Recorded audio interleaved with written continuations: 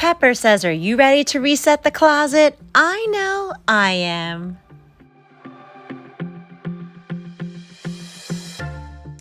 The warm weather is officially here. And for today's episode, we're going to be resetting the closet because it has all winter clothes in it. But I just really want to take this moment to reflect that for the past 3 months, I have kept this space clutter-free. This is a huge accomplishment for me because I have never kept my bedroom clean, even since childhood. I don't remember having this long of a span. Now, did a little bucket show up right over here? Yeah, but that's nothing compared to where I've come from. The visual organization as a butterfly is working because my nightstand still has things, but it's cleared off.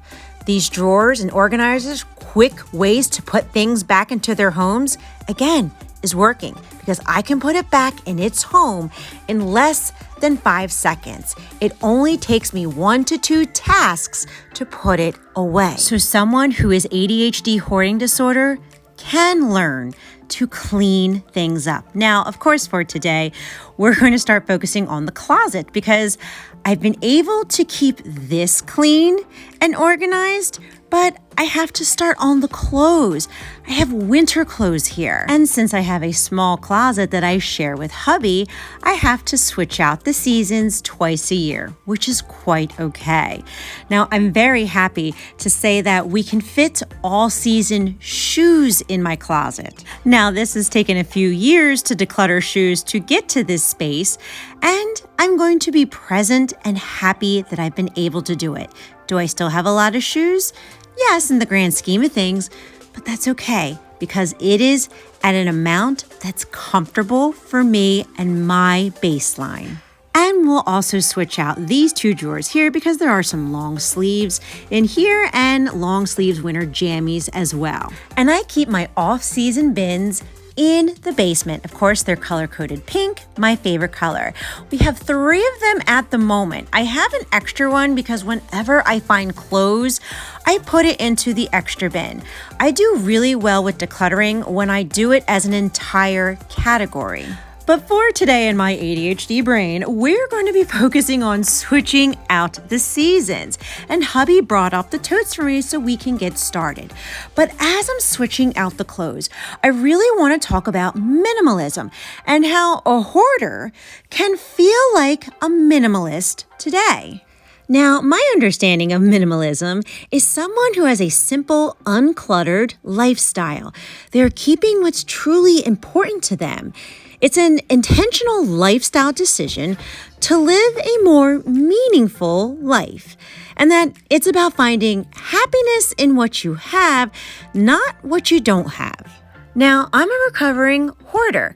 At my peak, I was a level 4, and for the past couple of years, we have been decluttering this house. But I have been following the same message as someone who is a minimalist. Now, of course, hoarding disorder is a mental disorder, so it's going to take me a little longer using different strategies and different internal work to get to the point of really decluttering. But you also have to realize that my original baseline was at least, 20 bins in the basement? And now there's only 3. To me, and I think most people, that's extreme decluttering, but it also follows the intention of what people who follow minimalism is, right? It's someone who has a simple, uncluttered lifestyle. And to me, for where I am with my nervous system, this is uncluttered. Now, to some, this is still a lot of clutter. And that's okay, because it's all based on our levels of perception. To someone with hoarding disorder, our baseline was clutter, piles, massive accumulation of stuff, goat trails so that we can navigate through the room. That was what we know. And back in 2017, when I saw the Minimalist documentary, when I felt intrigued and inspired by that and found Minimal Mom on YouTube, I was watching and listening. And I thought back then, that's amazing. But I don't know if I could ever get to that point because that seems so far away. But today, 2023, to get to this space right now, this is where I feel like a minimalist because the space is uncluttered and the amount of stuff is cut down by so much. And by being in this mindset, saying that this is my minimalism and being positive about the amount of progress that we've made over the years, this is what's going to continue my recovering journey. This is what's going to guarantee that I'm not going to fail, give up, or go backwards. Now, I would love to start the conversation of, are there actual levels of minimalism? Like there's different levels of hoarding. In hoarding disorders, there's levels 1 through 5. If you're a level 1, you do have a substantial amount of clutter, but you can still manage and move between your rooms. And of course, going up to a level 5, where you cannot walk through the spaces, doorways, entrances, bathrooms, entire spaces are completely blocked and hard to navigate through. Well, does this apply to minimalism, having kind of the opposite scale? A level 1 minimalist could be that you have a substantial amount of belongings, art, decorations on the wall, and surfaces, but everything is neatly organized. Objects do have a home and are not overflowing. When you enter the home, there's no visible clutter because the stuff is put away in baskets, closets, and other spaces that are designated for storage. Now, I would consider my mom on that spectrum as a level 1, 2 minimalist because though she has personal items, she does have a nice amount of clothes and shoes and home decor. It is all very neatly organized. And honestly, she's been using the boundary method of decluttering since the 80s without even knowing it. Because I remember if her shoe rack in the closet had too many shoes, she could very easily declutter the shoes that she didn't care for anymore so that the proper amount of shoes fit in that space.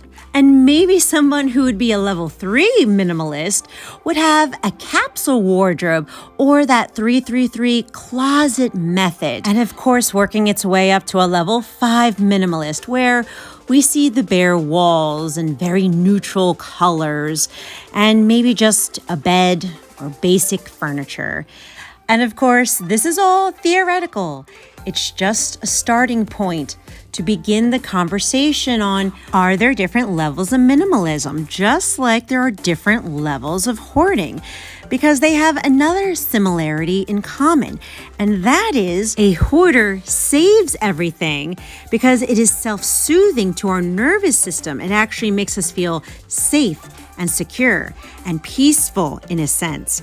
Just like to a minimalist, the less amount of stuff is self-soothing to them, keeps their anxiety in check, and makes them feel safe and secure. And even though a minimalist and a hoarder are on the opposite swing of the pendulum, the natural human behavior and routines that self-soothe our nervous system on a daily basis, that action is still the same. And it was by that realization that I knew in my heart that a hoarder could indeed start a recovering journey towards a more minimalistic lifestyle. And that is why I get very excited to show you my space being cleaned for 3 months. Think of it as the alcoholic celebrating their 3-month sobriety. This is my clutter-free sobriety, and I am celebrating it. We have all the summer clothes switched out. And to me, I love it because I love the bright summer colors. I love all the different designs on my organizational bins. And for me, I'm going to be in this moment of celebration, in achievement, because it builds my self-confidence. And my hope and my prayer is that this video motivated and encouraged you to declutter, clean, organize, and celebrate each and every one of your victories and milestones as you reach your goals.